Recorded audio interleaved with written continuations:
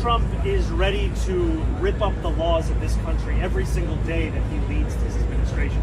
We've seen that already with what he's done in California, what he's doing in DC, and what we know is that New York deserves someone who will actually stand up and fight back, not someone who's calling him in the hopes of overturning the will of Democratic primary voters across this city. With Eric Adams becoming a living, breathing testament to the continued legacy of corruption in this city's politics. We saw earlier this week events that border on the absurd as one of Mayor Adams' close aides was found giving a bag of chips stuffed with cash to a journalist. And this in the same week as prosecutors unveiled charges to Mayor Adams' closest aide for accepting tens of thousands of dollars in bribes. Bribes that showed that a city is up for sale for the cost of crab cakes and a cameo in a TV show. This is more than just political gossip. This is more than just fodder for a tweet. This is an example of why so many New Yorkers are losing faith in our democracy. This is happening amidst an affordability crisis that is pushing New Yorkers out of the place that they call home. This is a mayor who hasn't just forgotten New Yorkers. He is one who has used them as pawns to secure his own personal freedom, a freedom that came at the expense of that same reality for New Yorkers across the 5 boroughs. New Yorkers who are seeing their lives firmly within the crosshairs of a federal administration that just recently took a 6-year-old girl, her mother, one of their siblings, out of the city that they call home and put them in detention centers for deportation out of this country. The first child that has been subjected to that treatment right here in these 5 boroughs since Donald Trump became president once again.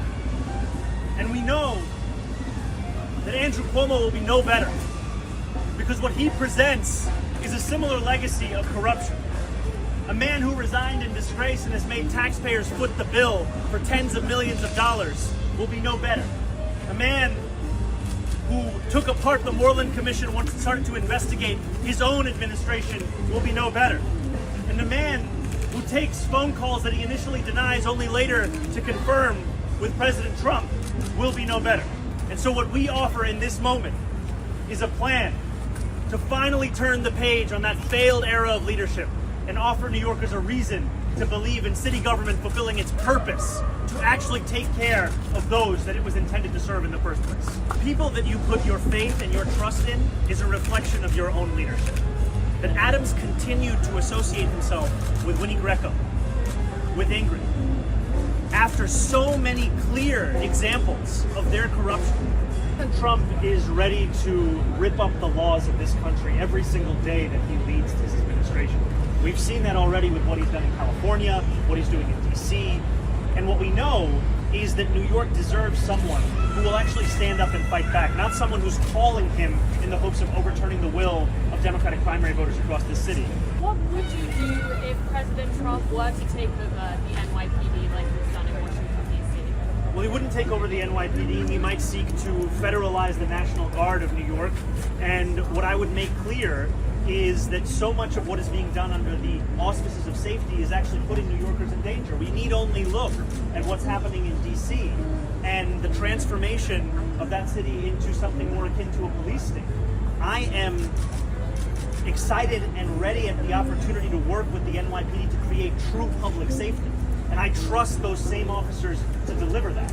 And what we are seeing in Donald Trump's proposal is one that shows he does not want the NYPD to be in control of the city. He wants his own officers through the National Guard from wherever in this country, whereas I believe that the best people to protect New Yorkers are the New Yorkers in uniform today.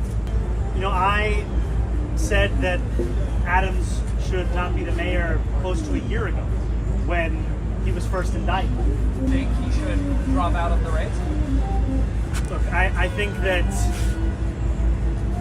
Eric Adams is making a very clear case for the kind of politics that he stands for.